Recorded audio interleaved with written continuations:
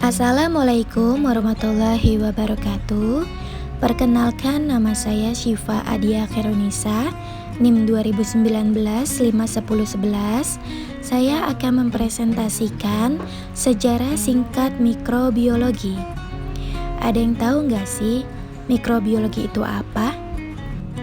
Mikrobiologi adalah sebuah cabang dari ilmu biologi yang mempelajari mikroorganisme. Apa aja sih sejarah singkatnya? Yang pertama adalah objek kajiannya itu semua makhluk hidup yang perlu dilihat dengan mikroskop, khususnya bakteri, fungi, alga mikroskopik, protozoa, dan archaea.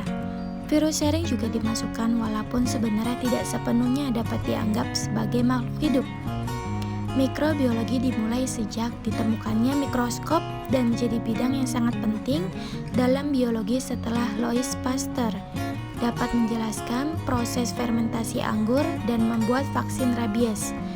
Yang ketiga, perkembangan biologi yang pesat pada abad ke-19 terutama dialami pada bidang ini dan memberikan landasan bagi terbukanya bidang penting yang lain seperti biokimia.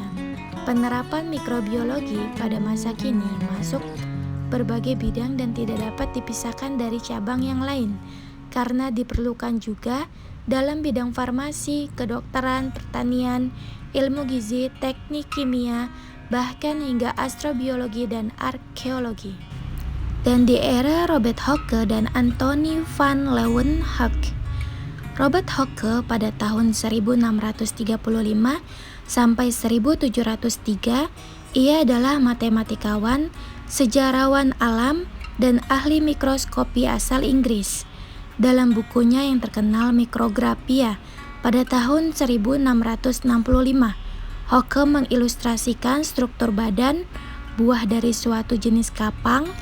Dia deskripsikan pertama tentang mikroorganisme yang dipublikasikan.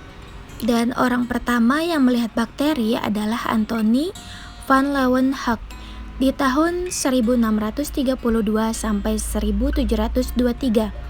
Seorang pembuat mikroskop amatir berkebangsaan Belanda ini pada tahun 1684, Anthony menggunakan mikroskop yang sangat kecil hasil karyanya sendiri untuk mengamati berbagai mikroorganisme dalam bahan alam.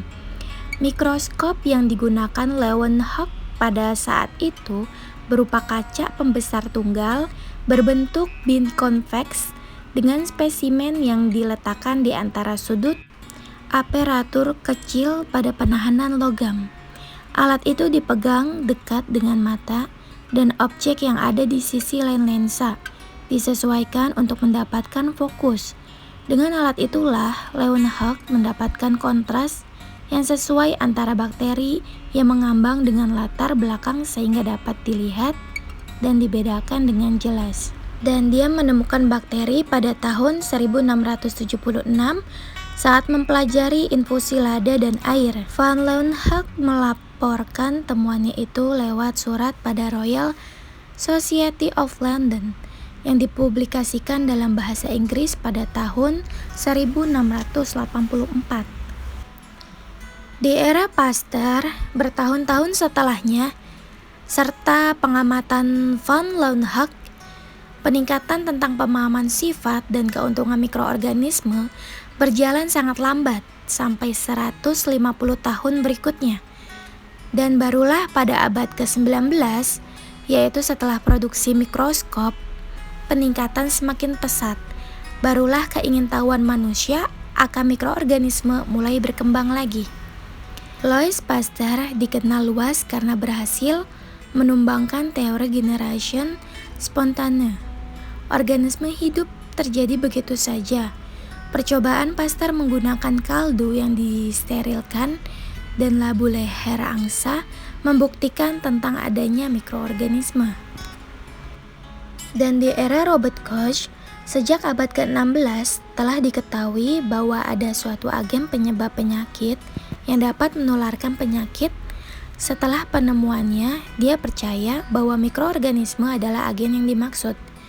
Tetapi belum ada pernah sebagai bukti.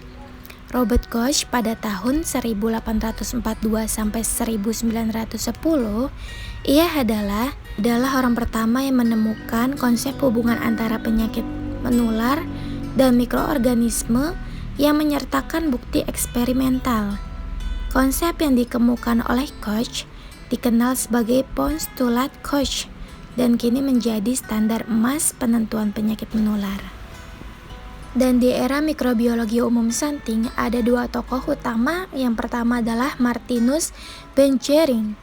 Ia menemukan teknik kultur pengkayaan Santing pada tahun 1851 sampai 1931.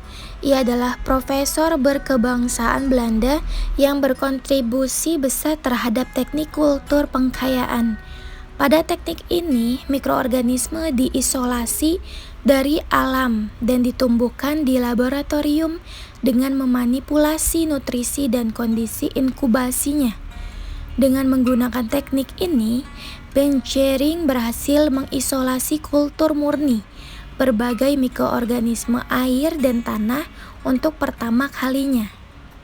Dan yang kedua adalah Sergei Winogradsky.